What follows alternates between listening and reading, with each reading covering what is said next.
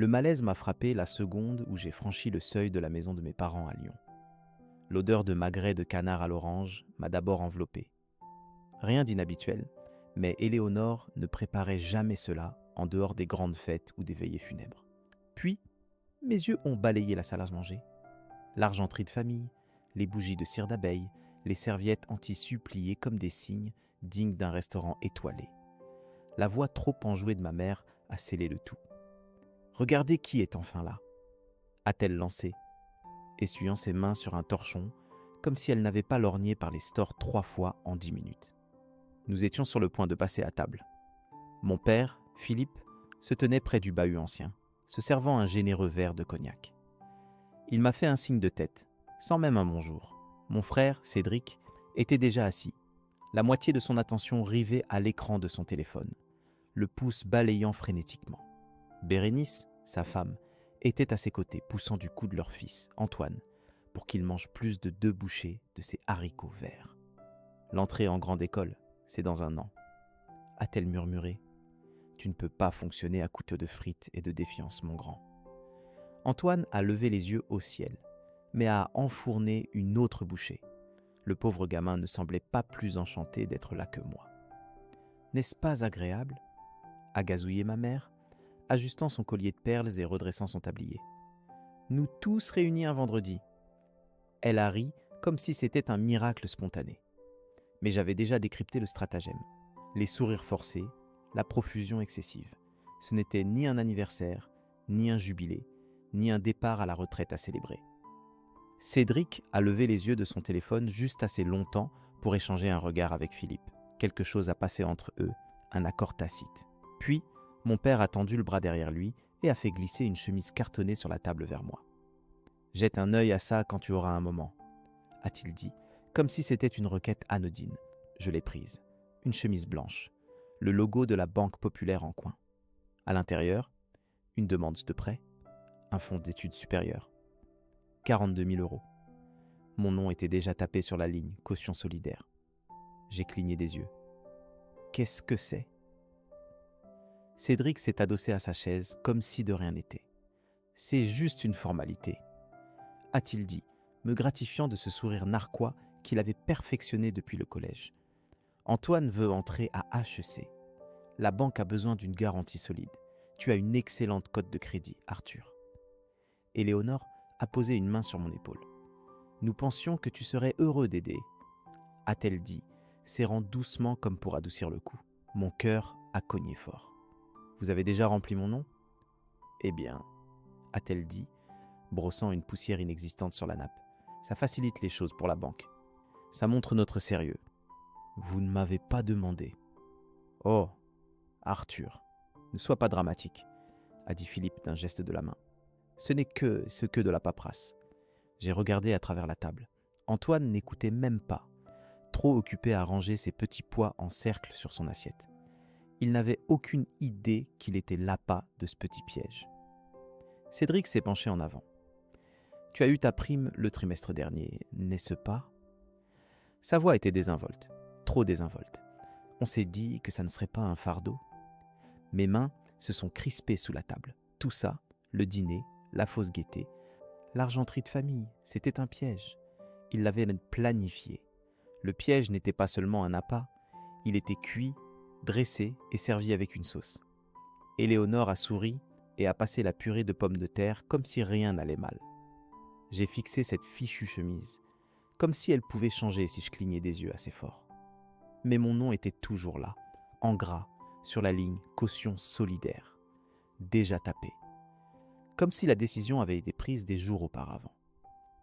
Cédric s'est penché, le même air suffisant qu'il avait toujours quand il pensait être charmant. C'est juste une formalité. La banque a besoin d'une garantie solide, c'est tout. Ça ne t'affectera pas à moins que quelque chose ne tourne mal, et rien ne va mal. Il l'a dit comme s'il me faisait une faveur, comme si je devais le remercier d'avoir la chance d'être inclus dans ce petit investissement familial. Éléonore s'est glissée sur la chaise à côté de moi. Sa main cherchait déjà la mienne. Ses doigts étaient froids et tremblaient un peu, comme si elle s'apprêtait à dire quelque chose d'important. Je n'ai même pas eu le temps de reculer avant que les larmes n'apparaissent. Pas des sanglots bruyants, mais ce faux pleur silencieux qu'elle utilise quand elle veut paraître fragile, mais noble. Comme quelque chose tiré d'un mélodrame. « Arthur » a-t-elle dit doucement, serrant ma main, « la famille s'entraide. » J'ai regardé Antoine, 14 ans, mince, avec ce même air d'adolescent perdu. Il enfonçait un haricot vert dans la purée comme si c'était un jeu vidéo. Totalement inconscient qu'il servait d'appât dans cette embuscade. Mon estomac s'est tordu. Ce n'était pas une demande honnête ou une requête de dernière minute. Ce dîner, ces foutues serviettes pliées en cygne, cet intérêt soudain pour mon emploi du temps, tout était un stratagème. Et j'y avais marché droit. J'ai laissé tomber la chemise sur la table et j'ai repoussé ma chaise. « Alors c'est ça ?» ai-je dit. « Vous avez planifié ça ?» Philippe n'a même pas cligné des yeux. Nous pensions juste que ce serait mieux en personne. Cédric a haussé les épaules. « Tu réfléchis trop. Trop réfléchir. » Ce mot atterrissait toujours comme une gifle. Chaque fois que je m'affirmais enfant, ils appelaient ça « trop réfléchir ». Sensible, trop sérieux. Et juste comme ça, les souvenirs sont revenus, vite, laids. Comme s'ils attendaient dans une boîte que je n'avais pas touchée depuis des années. À 16 ans, je travaillais le soir dans une librairie de quartier, 3 nuits par semaine, tandis que Cédric pouvait se concentrer sur ses études et ses entraînements de foot. Ce même gamin qui avait embouti sa voiture en première année et en avait eu une neuve de Philippe 2 mois plus tard. Pendant ce temps, je roulais un vélo rouillé avec une chaîne grinçante même sous la pluie. Ils avaient organisé une fête de diplôme pour Cédric avec une tente géante louée dans le jardin, des guirlandes lumineuses, des plateaux de traiteur, un DJ. Je me souviens encore du gâteau, 3 étages, glacé aux couleurs de l'école, surmonté de ballons de foot en pâte à sucre. Il a eu un ordinateur portable, un bon d'épargne de 1 000 € et un diaporama photo avec musique de fond. Moi, j'ai eu une poignée de main ferme de mon père et un chèque de 50 € du fond pour les coups durs de ma mère. Je l'ai utilisé pour acheter des manuels pour mon premier semestre à la fac en cours du soir. J'ai tout payé, absolument tout. Les frais d'inscription, les livres, l'épicerie. Je vivais dans un petit studio étudiant qui sentait la moisissure et le vieux papier. J'ai contracté des prêts que je rembourse encore. Je travaillais à temps partiel à la bibliothèque du campus. Je nettoyais des salles de classe la nuit. Jamais je n'ai reçu de colis, ni même un simple message de la maison pour savoir comment j'allais. Et maintenant, ils étaient là, assis autour d'une table qu'ils n'avaient jamais pris la peine de dresser quand je venais les voir, me demandant de mettre mon nom en jeu pour un gamin qui ne savait même pas ce qui se passait. Cédric s'est de nouveau penché, essayant cette fois d'avoir l'air sincère. « Allez, Arthur, c'est Antoine, c'est un bon gamin. On a juste besoin d'un petit coup de pouce pour le lancer. » « Un coup de pouce ?» ai-je dit, m'étouffant presque avec le mot. « Vous voulez dire un coup de pouce comme celui que je n'ai jamais eu ?» Les larmes d'Éléonore sont venues plus fort maintenant. « Ce n'est pas juste, Arthur. »« Non !» ai-je claqué en me levant. « Ce qui n'est pas juste, c'est de s'attendre à ce que je risque mon crédit parce que vous ne savez pas gérer votre propre argent. » La mâchoire de Philippe s'est serrée, mais il est resté silencieux. Bérénice n'a pas dit un mot non plus, gardant les yeux sur Antoine comme si elle pouvait le faire disparaître. Antoine a enfin levé les yeux de son assiette, confus. Qu'est-ce qui se passe ? Cédric lui a souri, comme si ce n'était rien. Rien, mon pote, juste des discussions d'adultes. J'avais envie de frapper quelque chose. Il n'avait même pas la décence de dire la vérité à son propre enfant. Je n'ai pas dit au revoir. Je suis juste sorti, laissant là les fausses larmes, la chemise, tout le foutu stratagème. Le lendemain matin, je suis arrivé tôt au bureau. Je n'avais dormi que quelques heures, et mon cerveau ne voulait pas se taire assez longtemps pour que je puisse faire semblant. Tout le trajet, j'ai repensé à cette chemise, au sourire narquois de Cédric, aux fausses larmes d'Éléonore. Alors, au lieu de me plonger dans mes rapports habituels, je me suis connecté à mon tableau de bord employé.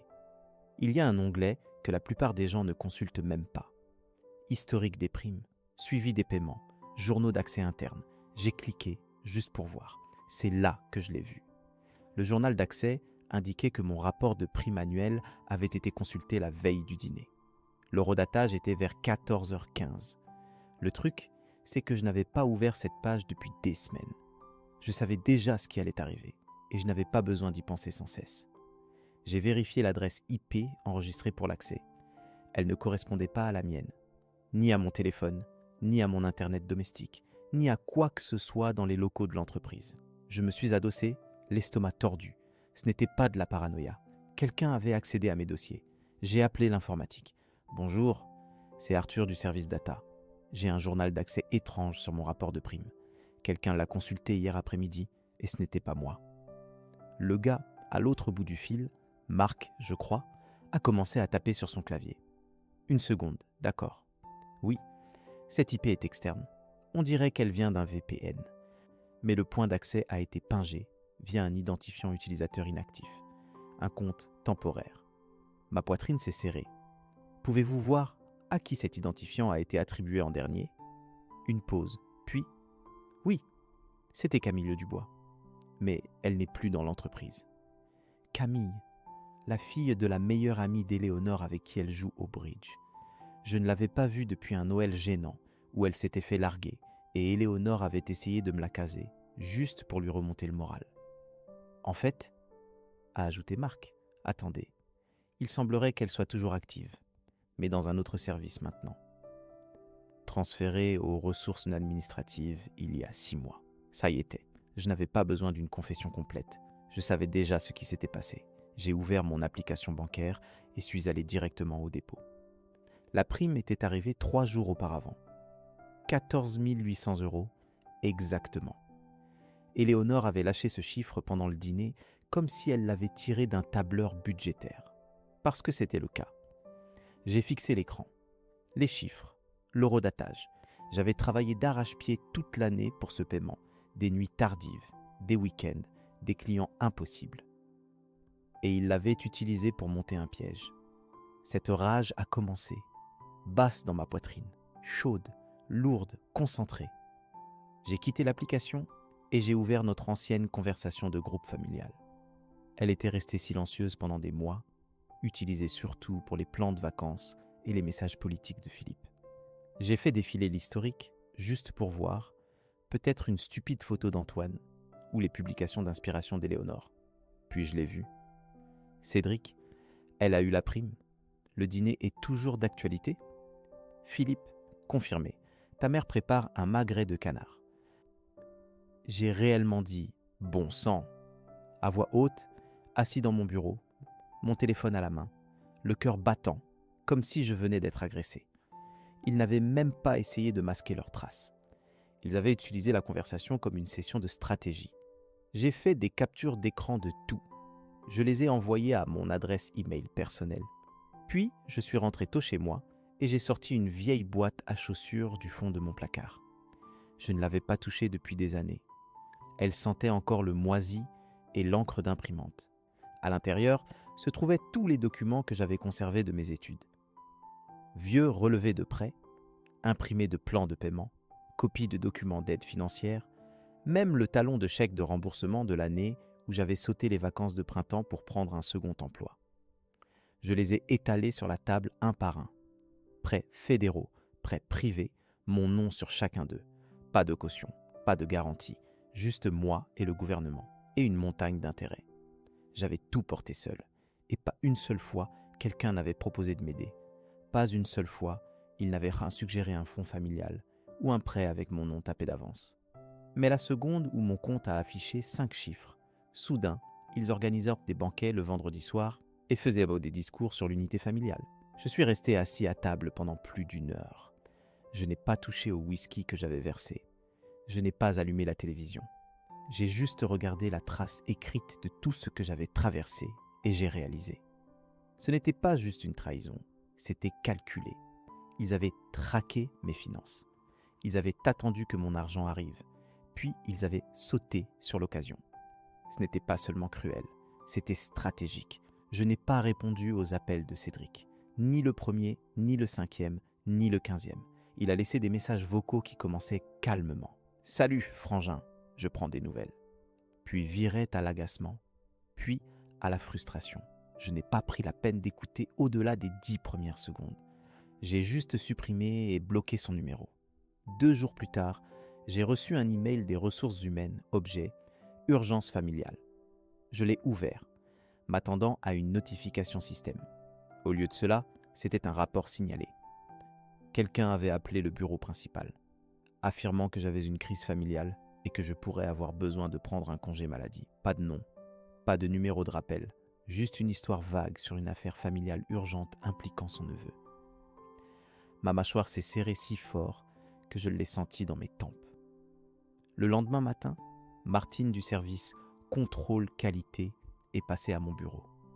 Elle s'est penchée avec ce ton de commérage qu'elle utilise quand quelque chose de croustillant est sur le point de tomber. « Hé !» a-t-elle dit, penchant la tête comme si elle s'en souciait.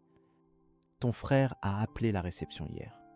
Il a dit qu'il ne pouvait pas te joindre et avait besoin d'aide pour contacter quelqu'un de ton service. » Je l'ai regardé, attendant. « Il a dit que tu évitais un problème grave. Je lui ai dit que je ne me mêlais pas des affaires de famille. » Elle a eu un petit rire, comme si elle s'attendait à ce que je la rejoigne. Je ne l'ai pas fait, j'ai juste hoché la tête une fois, serré et sec, puis je me suis retourné vers mon écran. Plus tard dans la journée, j'ai croisé ma vieille voisine, Madame Dubois, au supermarché. Je tendais la main pour prendre des œufs quand elle a poussé son chariot à côté du mien et a bloqué l'allée comme si elle l'avait planifié. « Vous savez, » a-t-elle dit, plissant les yeux, « certaines personnes oublient qui les a aidées à grandir. » J'ai cligné des yeux. « Pardon ? » Je me souviens quand votre mère passait des nuits blanches à vous aider avec votre volcan pour la foire scientifique, et quand votre père a entraîné votre équipe de foot, même s'il travaillait tard. Vous pensez que le monde vous doit quelque chose maintenant ? Honte à vous. Elle n'a pas attendu de réponse, a juste poussé son chariot devant le mien, comme si elle venait de clore le débat. Les coups ont continué à tomber. Tante Gisèle a posté un verset biblique vague sur Facebook, quelque chose sur les cœurs égoïstes et les foyers rebrisés. Mon cousin Jérôme, que je n'avais pas vu depuis son arrestation pour conduite en état d'ivresse 3 ans plus tôt, a envoyé un texto de nulle part. « Sois un homme, aide le gamin. » Une nuit, j'ai trouvé une vraie lettre dans ma boîte aux lettres. Pas de nom, pas d'adresse de retour, juste une phrase imprimée en caractères noirs épais sur du papier d'imprimante bon marché. Les fils ingrats vont en enfer. Je suis resté là, dans le couloir, à la regarder comme si elle allait s'enflammer. Puis, je l'ai pliée une fois, l'ai jetée directement à la poubelle et j'ai décapsulé une bière sans même enlever mes chaussures. C'est là que j'ai su. Ce n'était pas seulement un chantage émotionnel, c'était une campagne. Ils utilisaient tous les leviers qu'ils avaient, amis, gens de l'église, voisins à qui je n'avais pas parlé depuis des années. Ils voulaient s'assurer que je me sente acculé de toutes parts. Isoler le problème, appliquer la pression, briser la cible. Mardi matin, j'étais au bureau, ma tasse de café à la main, quand je l'ai vu, Philippe, il se tenait dans le hall comme s'il était le propriétaire du bâtiment, portant son vieux blazer d'entreprise et cette cravate démodée que je trouvais élégante quand j'étais enfant. Il avait la même posture que lorsqu'il donnait ses évaluations d'employés. Dos droit, bras croisés, mâchoire serrée. Il n'a pas salué. Il a juste fait un signe de tête à la réceptionniste et s'est dirigé vers moi d'un pas lent et silencieux, qui signifiait qu'il était sérieux. Je ne me suis pas levé. Je l'ai laissé venir à moi. Il ne s'est pas assis non plus. Il s'est juste penché sur mon bureau, a posé ses phalanges sur le bord et a dit « 10 heures ». Le conseiller bancaire nous attend. C'était tout. Pas de fioriture, pas de bonjour, pas de questions, juste un rendez-vous programmé, comme si nous étions des partenaires commerciaux finalisant un accord. Je l'ai regardé. Vous n'avez même pas demandé si je venais. « Tu viendras ?» a-t-il dit. « Parce que tu sais que c'est ce qu'il faut faire. » Il n'a pas attendu de réponse, a juste tourné les talons et est sorti avec la même posture qu'il avait toujours quand il pensait que la conversation était terminée. Je ne l'ai pas suivi. Je suis rentré chez moi ce soir-là. J'ai jeté mes clés sur le comptoir. J'ai ouvert le frigo et j'ai sorti une bière. Je me suis assis en silence. Je n'ai pas allumé les lumières. J'ai juste regardé par la fenêtre la rue en contrebas et j'ai essayé de comprendre jusqu'où ils étaient prêts à aller.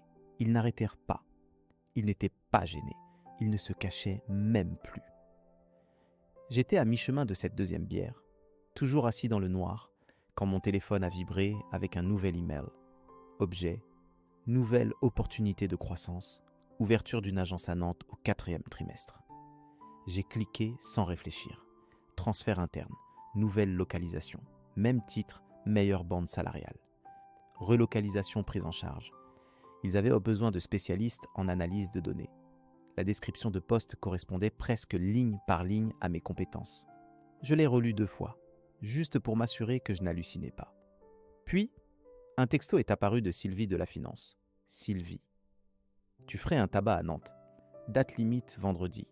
Fonce. Pas d'émoji, pas de fioriture, juste un feu vert de quelqu'un qui savait de quoi elle parlait. Je n'ai pas hésité. J'ai postulé immédiatement. J'ai mis à jour mon profil interne, joint mon portfolio, rempli les formulaires requis. Cela a pris moins d'1 heure. Puis j'ai ouvert un autre onglet et j'ai réservé un billet simple pour la Loire-Atlantique. Départ le vendredi suivant. Je ne fuyais pas, je me libérais. Le lendemain matin, je me suis réveillé avec un autre message vocal de Cédric. Sa voix était plus aiguë que d'habitude, tendue, comme s'il essayait d'avoir l'air décontracté, mais ne parvenait pas à masquer son agacement. « On a déjà dépensé une partie de l'argent », a-t-il dit. Enfin, pas tout, évidemment, mais on a dû payer les frais d'inscription et quelques fournitures. Ne gâche pas tout, d'accord ? J'ai appuyé sur « supprimer » avant qu'il ne puisse terminer. À midi, j'ai reçu un autre email. Celui-ci provenait d'un cabinet d'avocats dont je n'avais jamais entendu parler.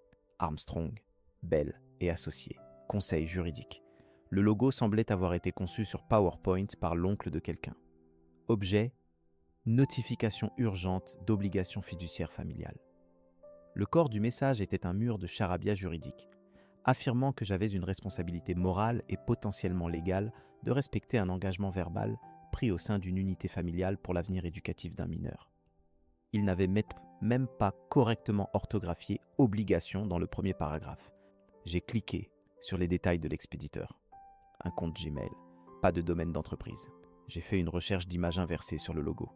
Il est apparu sur une publication Facebook d'un gars vendant de faux en-têtes de lettres. J'ai lâché un petit rire. Il pensait vraiment que ça marcherait ? Qu'une menace légale bidon me ferait céder ? Trop, c'était trop. Je suis allé directement aux ressources humaines.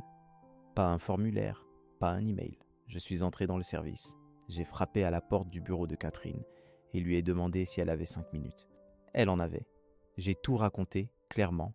L'appel à la réception, le mensonge sur l'urgence familiale, les messages, le harcèlement, les menaces, le faux cabinet d'avocats. Ses sourcils n'ont pas bougé une seule fois. Elle a juste écouté et pris des notes. Quand j'ai eu fini, elle a tapoté 2 fois son stylo sur son carnet et a dit « D'accord, nous allons verrouiller votre dossier d'employé contre les demandes externes. Personne de l'extérieur de l'entreprise ne pourra le consulter. Nous signalerons également votre nom pour toute tentative de contact interne. Et si quelqu'un se fait passer pour un conseiller juridique à nouveau, envoyez-le-moi. » Elle s'est levée et m'a raccompagné elle-même. Plus tard cet après-midi-là, mon superviseur, Laurent, est passé à mon bureau. Pas de grand discours, pas de jugement. Il a juste posé un café frais à côté de mon clavier et a dit « Gérez ce que vous avez à gérer, on vous couvre. » C'était tout. Pas de leçon, pas de culpabilité. Pas de pique passive-agressive sur la loyauté ou la famille ou toutes ces autres conneries dont je m'étais étouffé la semaine précédente. Juste un soutien simple, le genre que je n'avais jamais eu en grandissant. J'ai fini le café, fermé mes onglets et plié boutique tôt. Je n'ai parlé à personne ce jour-là. De retour chez moi, j'ai sorti ma valise et je l'ai posée ouverte sur le lit. Je n'ai pas commencé à faire mes valises tout de suite. J'ai juste regardé pendant un moment, comme si le simple fait de dézipper cette chose changeait toute la donne. Parce que c'était le cas. Il voulait me piéger avec la honte. Il voulait m'ensevelir sous le devoir et la fausse loyauté et la pression déguisée en amour. Mais j'avais un billet d'avion, un dossier verrouillé et, pour la première fois, une porte qui ne s'ouvrait que dans un sens. Le texto est arrivé le jeudi matin. « Maman, s'il te plaît, viens ce soir. Juste une discussion raisonnable. 19h. Ton père dit qu'il est temps que nous parlions en famille. » J'ai failli l'ignorer. Presque. Mais une partie de moi voulait voir jusqu'où ils iraient. Alors je me suis présenté. Pas par culpabilité, pas pour m'expliquer. Juste pour les regarder tous dans les yeux et enfin dire ce que j'aurais dû dire des années plus tôt. Il s'était installé dans le salon cette fois, des chaises tirées de la cuisine. Le père Mathieu était assis sur le canapé, comme s'il allait arbitrer une foutue bataille pour la garde. Tante Gisèle avait apporté son plat de gratin, comme si c'était un cercle de prière. Ma cousine Sophie était assise près de la bibliothèque, un presse-papier à la main, tout officiellement bancaire et polie, souriant comme si elle n'avait pas aidé à approuver le prêt. Cédric s'est levé quand je suis entré, tout faux et chaleureux, comme si nous n'avions pas été en guerre pendant une semaine. Bérénice a esquissé un sourire crispé. Antoine n'était pas là, petite miséricorde. « Content que tu sois venu », a dit Philippe, désignant le fauteuil vide comme si on m'offrait un trône. Je ne me suis pas assis. Cédric s'est éclairci la gorge. « Nous sommes préoccupés par ta santé spirituelle. » Mes yeux se sont plissés. C'est comme ça que nous commencions. Pas l'argent, pas l'accès, pas le harcèlement ou le faux avocat. Non, ma santé spirituelle. Le père Mathieu a joint les mains. Tu t'es éloigné de ta famille, Arthur. Dieu nous enseigne que l'isolement mène à l'amertume, au ressentiment, à l'orgueil. Tante Gisèle a ajouté, comme si elle avait répété son texte, « Quand tu rejettes ton sang, tu rejettes ses bénédictions. » Sophie a hoché la tête solennellement. La famille est la première institution créée par Dieu, avant l'Église, avant l'État. Éléonore a enfin parlé, pile au bon moment. Sa voix s'est brisée avant même que les larmes ne commencent. Nous t'avons tout donné, tous les sacrifices, l'amour, le soutien. J'ai levé une main, pas fort, pas dramatique, juste assez pour couper le cœur. Et puis, j'ai laissé couler. Je travaille depuis mes 15 ans. Ai-je dit, d'une voix ferme. J'ai rangé des rayons pendant que Cédric obtenait sa veste de l'équipe. J'ai lavé des sols pendant qu'il prenait des leçons de conduite. J'ai économisé pour mes études pendant que vous lui louiez une putain de structure gonflable pour sa remise de diplôme. Personne ne m'a interrompu. J'ai payé chaque centime de mes frais de scolarité. J'ai contracté tous les prêts en mon nom. J'ai vécu de ramen périmés et de café de station-service. Pas d'aide, pas d'appel, pas de « comment pouvons-nous t'aider ?» pas même un colis. Les larmes d'Éléonore ont redoublé, mais je n'ai pas scié. Et maintenant, vous en voulez plus. Maintenant que j'ai enfin une opportunité, maintenant que quelque chose de bien m'arrive. Soudain, c'est une crise morale si je ne le partage pas. Cédric s'est levé comme s'il allait calmer les choses. Ce n'est pas à propos de toi, frangin. C'est à propos de ce qui est le mieux pour Antoine. Cela a frappé exactement au mauvais endroit. Exactement, ai-je dit, le fixant. Ce n'est jamais le cas. La pièce est devenue silencieuse, un vrai silence suffocant, comme si même la maison savait qu'il n'y avait plus rien à dire. Je n'ai pas attendu la permission, je n'ai pas cherché de réaction. Je me suis retourné et je suis sorti sans un mot de plus. La seconde où j'ai atteint l'allée, mon téléphone a vibré. Clara. J'ai encore des cartons dans mon coffre. Tu es prêt ? Elle m'attendait devant mon immeuble 10 minutes plus tard. Capuche, chignon en bataille, banquette arrière remplie de cartons aplatis, comme s'il s'agissait d'un kit d'urgence. « Je dis quelque chose ou je charge ?» a-t-elle demandé. « Juste charge. Nous n'avons pas beaucoup parlé cette nuit-là. » J'ai emballé, elle a scotché, nous avons commandé une pizza. Elle m'a tendu une bière sans que je la demande, et quelque part vers minuit, j'ai enfin relâché le souffle que je retenais depuis des semaines. Ils voulèrent une confrontation. Ils l'ont eue. Mais c'était fini maintenant.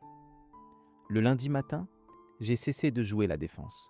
Je suis entré au RH juste après la réunion hebdomadaire et j'ai remis à Catherine les documents de transfert finaux. Elle les a examinés, a paraphé le coin supérieur et m'a adressé un vrai sourire. Pas le genre de sourire forcé que l'on voit lors des promotions ou des gâteaux d'anniversaire. Le genre qui dit « Vous l'avez mérité ». « Félicitations », a-t-elle dit. « Ils ont de la chance de vous avoir. » Après cela, j'ai appelé ma banque et je leur ai dit que je voulais que tout soit transféré. Compte courant, compte d'épargne, compte d'investissement. Tout viré vers leur agence de Nantes. Je ne voulais laisser aucune trace financière derrière moi. Pas de numéro de compte qui traîne que Cédric pourrait deviner. Pas de lien, pas d'emprise. Mardi matin, j'ai réservé l'appartement que je lorgnais depuis que l'offre d'emploi avait été mise en ligne. Un 2 pièces au dernier étage dans le nord-est de Nantes, près du jardin des plantes. Plancher de bois franc, grande fenêtre. Personne pour partager un mur avec moi qui connaissait mon nom de famille. Pendant que la confirmation du bail se téléchargeait, j'ai sorti la lettre de mon grand-père. Je l'avais gardée pliée au dos d'un vieux exemplaire du Vieil homme et la mer, calé entre la dernière page et la couverture arrière. Je l'ai dépliée avec précaution. Le papier doux et jauni au coin. Tiens-toi droit, même si tu es seul. Il m'avait écrit cela la semaine de mes 19 ans, quand j'étais prêt à abandonner mes études et à rentrer à la maison. Je ne l'ai pas fait. Grâce à lui, il avait été le seul dans cette maison à me dire que je n'étais pas fou de vouloir quelque chose de différent. Cette phrase était la seule chose que je voulais accrocher au-dessus de mon bureau dans mon nouveau logement. J'ai acheté un cadre noir bon marché chez Office de Pau et je l'ai posé sur le dessus de la boîte étiquetée « Bureau » à garder prêt. Mercredi soir, je me tenais devant l'aéroport de Lyon-Saint-Exupéry avec 2 valises et mon sac à dos. C'est tout ce que j'emportais. Tout le reste pouvait être vendu, donné ou oublié. L'air était lourd, épais de la chaleur de fin d'été lyonnaise. La sueur perlait derrière ma nuque alors que j'ajustais la sangle de mon sac de sport et regardais le trafic ramper dans la voie des départs. Le chauffeur de VTC a baissé sa vitre. « Arthur ?»« Oui, » ai-je dit, ouvrant le coffre. Il a sauté, m'a aidé à jeter les sacs, puis a demandé « Vous revenez ou c'est un aller simple ?» « Un aller simple, » ai-je dit, sans hésitation. Il a hoché la tête, sans poser d'autres questions. J'ai apprécié. Le vol a décollé à l'heure. Je n'ai pas regardé en arrière. Je n'ai envoyé de message à personne. Je me suis juste installé à mon siège côté fenêtre. J'ai mis mes écouteurs et j'ai attendu. Tandis que l'avion s'élevait, les lumières de la ville s'étiraient comme une couverture scintillante en dessous. Mais je n'ai pas ressenti de peur. Je n'ai pas ressenti de culpabilité. Ce que j'ai ressenti, c'est le silence, un genre que je n'avais pas connu depuis des années. Aucune tension ne me tirait la poitrine, aucune répétition mentale de ce que je devrais dire ensuite, juste la paix. Quand nous avons atterri à Nantes, il était après minuit. L'aéroport était calme, j'ai rallumé mon téléphone et j'ai attendu le déluge. Il n'a pas déçu. Appel manqué, Éléonore 6, Cédric 4, Philippe 2. Messages vocaux. Tu dois rentrer, ce n'est pas ton genre. Où es-tu ? Texto de cousins, voisins, Bérénice, même le père Mathieu. Nous prions tous pour que tu retrouves la raison. Et puis un d'Éléonore. Arthur, tu as disparu. Nous avons fait un signalement. S'il te plaît, fais-nous savoir que tu vas bien. Je n'ai pas été en colère. Je n'ai pas jeté le téléphone. Je n'ai pas crié. Je n'ai rien ressenti d'aigu. Je me suis juste assis dans la zone de récupération des bagages, mon pied tapant, mon pouce défilant, et j'ai répondu au premier numéro inconnu qui a sonné. « Allô ?» C'était une voix féminine, calme, officielle. « Ici l'agent Duval, de la police de Nantes. Nous avons reçu une demande de vérification de bien-être depuis Lyon. Êtes-vous en sécurité, monsieur ?» Je n'ai pas hésité, j'ai bougé. « Je vais bien. » Elle a marqué une pause. « Vous êtes sûr que vous n'avez pas besoin d'aide ?» Le rapport disait « Je suis sûr. Il n'y a pas d'urgence. Je n'ai juste dit à personne que je déménageais. Ce n'est pas illégal, n'est-ce pas ?»« Non, monsieur, » a-t-elle dit rapidement. « Vous êtes dans vos droits. Nous allons clore le dossier. » Je l'ai remercié, j'ai raccroché et j'ai pris une profonde inspiration. Puis j'ai sorti mon ordinateur portable. Je me suis assis sur un banc de la porte d'embarquement et j'ai ouvert un nouveau brouillon d'email. Objet, clarté. J'ai joint les captures d'écran, les messages textes, le fil de discussion du plan de dîner, la chemise de la Banque Populaire avec mon nom pré-rempli, l'email du faux cabinet d'avocat, la transcription du message vocal où Cédric admettait qu'ils avaient dépensé l'argent en avance. Je l'ai envoyé à tous les membres de la famille élargie qui m'avaient en fait culpabiliser, m'avaient envoyé des messages, avaient prié pour mon retour ou m'avaient dit être un homme. Je n'ai pas inclus de commentaires, pas de diatribe, pas de résumé émotionnel, juste les faits. Laisser la preuve parler plus fort que ma voix n'aurait jamais pu le faire. 2 semaines plus tard, j'ai envoyé les invitations Zoom, une pour chacun d'eux, Je l'ai intitulé « Point famille, merci de vous joindre », afin que personne ne puisse prétendre qu'il ne savait pas de quoi il s'agissait. 7 se sont joints à l'heure. Éléonore, Philippe, Cédric et Bérénice, le père Mathieu, ma cousine Amy, ma cousine Sophie, celle de la banque.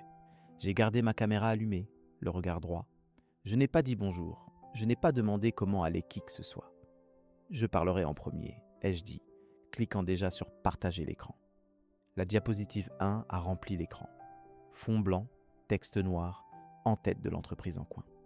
15 janvier. Mon rapport de prime accédé via une IP externe, pas la mienne.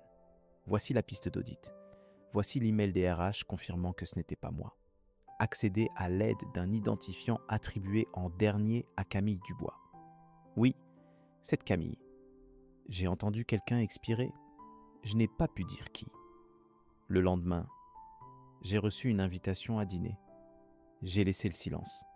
Diapositive 2. Capture d'écran du fil de discussion du groupe. Cédric, elle a eu la prime. Le plan du dîner est toujours d'actualité. Philippe, confirmé. Ta mère prépare un magret de canard. Le père Mathieu a bougé. Sophie a fixé le coin de son écran comme si elle voulait se déconnecter. Diapositive 3. Le faux email juridique. J'ai mis en évidence l'adresse de l'expéditeur. J'ai zoomé sur les détails d'enregistrement. Domaine jetable, DNS traçable à une carte d'hébergement prépayée. La carte avait été achetée en utilisant un compte de débit lié à l'email de Cédric. Je ne l'ai pas dit, j'ai juste laissé la diapositive parler. Cédric s'est éclairci la gorge. Ce n'est pas ce que tu penses. J'ai cliqué. Diapositive 4. Une onde audio est apparue, puis la transcription d'un message vocal que Cédric avait laissé sur la ligne de quelqu'un d'autre. Il riait, un peu ivre. Cédric. Si Arthur signe, je peux effacer le trou des paris boursiers, et Bérénice n'aura jamais à le savoir. Bérénice s'est tournée lentement. Elle n'était pas pâle. Elle était grise. Sa main est allée à sa bouche, et elle n'a pas parlé. Elle l'a juste regardé, comme si elle le voyait pour la première fois. « Cédric » a-t-elle murmuré. « Est-ce réel » Il n'a pas répondu. Le père a essayé de se ressaisir. « Arthur, nous comprenons que les tensions étaient vives. Mais ceci, je n'ai pas élevé la voix. Je n'ai pas scié. J'en ai fini d'accepter des stratagèmes déguisés en dîner de famille. Voici mes conditions. J'ai arrêté le partage d'écran. Je les ai juste regardés droit dans les yeux. Pas de contact pendant 6 mois. Cela signifie pas d'appels, de lettres, de messages vocaux, de messages directs, d'emails de vérification ou de textos culpabilisants via la famille élargie. Si vous me contactez, le compte à rebours reprendra. Le visage d'Éléonore s'est tordu. « Mon chéri, je ne savais pas que tu avais... » Elle a commencé à pleurer. Je ne l'ai pas arrêtée. Les RH ont bloqué l'accès familial à mes dossiers. Ai-je dit d'un ton neutre. Toute tentative de contact futur via le travail sera enregistrée et signalée. Vous n'avez pas l'autorisation d'impliquer mon employeur ou mes collègues dans vos plans personnels. Philippe n'avait toujours pas parlé. Il observait tout comme un portefeuille boursier en chute libre, essayant de mesurer les dégâts, essayant de trouver où était passé le levier. Nantes est chez moi maintenant, c'est permanent. J'ai marqué une pause pour la dernière partie, m'assurant qu'elle fasse son effet. Je souhaite le meilleur à Antoine. Il n'est pas une monnaie d'échange. Il ne sera plus jamais utilisé comme appât. Éléonore s'est penchée en avant. Il a demandé de tes nouvelles la semaine dernière. Il te manque. J'ai mis fin à l'appel, sans avertissement, sans fondu, juste un clic. Mes conditions, pas les leurs. Nantes bougeait à une vitesse différente. Personne ne m'a demandé d'où je venais. Le travail était propre, exigeant, mais honnête, et les voisins n'étaient m'en pas curieux. Je rentrais chez moi, préparais le dîner, le mangeais chaud, et pas une seule fois quelqu'un n'a essayé de me faire gagner ma place. J'allais au travail à pied quand le temps le permettait. J'ai commencé à aller au même restaurant tous les jeudis soirs. Il y avait un rythme, stable, tranquille. Personne ne tenait de compte. Bérénice a été la première à me contacter. Pas un appel, juste un texto. Bérénice. Antoine aimerait te voir quand tu seras prêt. Pas de pression, je ne pousserai pas. Je n'ai pas répondu tout de suite. Mais un mois plus tard, elle s'est arrêtée dans mon allée avec Antoine sur la banquette arrière. Un sac de sport sur les genoux. Il n'y a eu ni discours, ni embuscade émotionnelle. Nous avons pris des sandwichs dans un food truck et avons marché le long du sentier, au bord de l'Erdre derrière mon immeuble. Antoine a demandé des bottes de randonnée. Il a demandé combien on pouvait gagner avec un travail d'été à son âge. Il a demandé si j'aimais toujours les livres de science-fiction. J'ai gardé ça simple, honnête, pas de leçons, pas de ton père et moi, juste une vraie conversation. Il a tout absorbé sans scier. Il n'a pas demandé pourquoi j'étais parti. Je pense qu'il le savait déjà. 3 mois plus tard, les RH m'ont appelé et m'ont proposé une promotion. Des comptes plus importants, un salaire plus élevé. J'ai accepté sans le dire à personne à Lyon. Ce soir-là, j'ai dîné avec des amis, de vrais amis. Personne n'a jugé en passant les pommes de terre. Les lettres d'Éléonore ont commencé à arriver, comme une horloge. Une fois par mois, des enveloppes couleur crème avec une écriture bouclée qui n'était pas son style habituel. Au début, elles étaient dramatiques, pleines de prières, de regrets, pas tout à fait des excuses. Puis elles sont devenues rigides et formelles, comme si elles ne savaient pas quoi dire. À la 4e, elles étaient juste courtes. Honnêtes, nous n'avons jamais compris. Cette phrase m'est restée. Philippe n'écrivait pas beaucoup. Il m'envoyait juste des coupures de la section sportive et des bulletins météo de Lyon, comme si nous étions 2 vieux amis épistolaires n'ayant plus rien de personnel à se dire. Pas de pardon, pas d'explication. C'était peut-être tout ce qu'il avait en lui. Le bruit a fini par courir. Cédric était en difficulté. Des paiements hypothécaires manquaient, des avertissements de saisie immobilière. Il a commencé à contacter des cousins, de vieux amis de la famille. Quiconque voulait bien écouter. Personne n'a décroché. Il s'avère que je n'étais pas sa première cible, juste la dernière à tenir. La fête de la gastronomie est arrivée et j'ai organisé un dîner. Pas pour la famille, pour des gens qui me voyaient, pas ce qu'ils pouvaient me prendre. Il y avait de la musique, des rires, 2 sortes de tartes. Pas une seule personne ne m'a demandé de signer quoi que ce soit. Cette nuit-là, après le départ de tout le monde, je me suis assis à ma table de cuisine et j'ai écrit une note. Je ne l'ai pas envoyée. Quand Antoine aura 16 ans, je lui enverrai un chèque, sans condition, sans message. Ce sera pour lui, son avenir, ses choix. Au lieu de cela, pour l'instant, j'ai envoyé une copie de poche du livre dont il m'avait parlé et une carte avec ces 5 mots. Fier de la façon dont tu penses. Quand Bérénice et Antoine sont partis le matin après leur visite, elle m'a serré brièvement dans ses bras sur le perron. Elle n'a rien dit à propos de Cédric. Elle ne m'a pas demandé de pardonner ou d'oublier. Elle a juste dit « Merci d'avoir gardé les choses simples. Il en avait besoin. » Et c'était tout. Nantes ne ressemblait plus à une évasion. C'était une page blanche. Et cette fois, c'était moi qui tenais la plume. Cela faisait 6 mois. Je pouvais le dire. Non pas avec un calendrier, mais à la façon dont ma respiration se sentait quand je me réveillais le matin. Calme, stable, sans ce vieux poids qui appuyait sur ma poitrine. La lettre de mon grand-père était accrochée au-dessus de mon bureau, exactement là où j'avais dit qu'elle serait.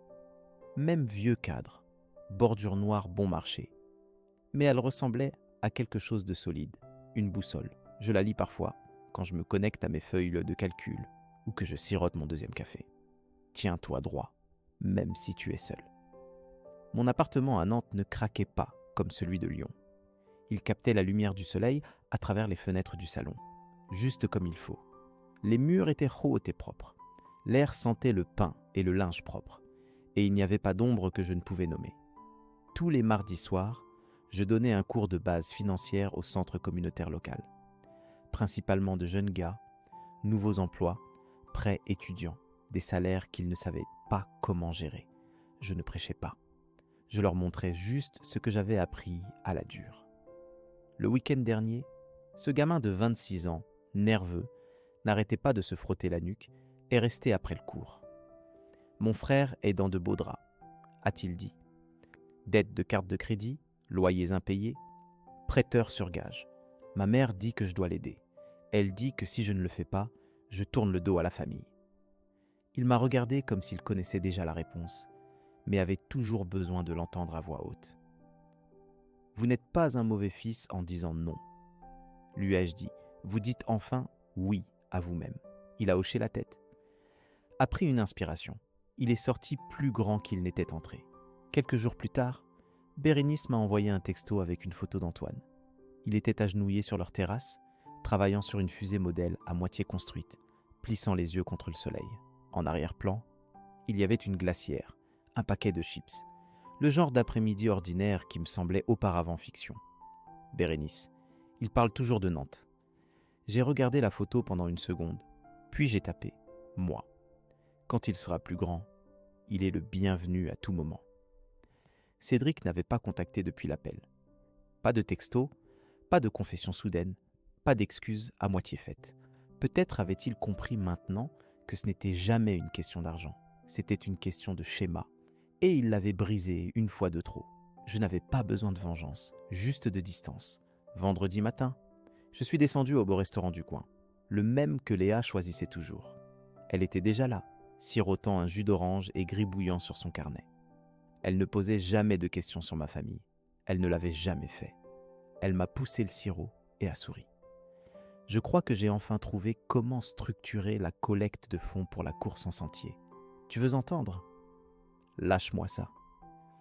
Nous avons mangé des crêpes et échangé des idées tandis que l'endroit se remplissait du cliquetis des fourchettes et du doux murmure des conversations.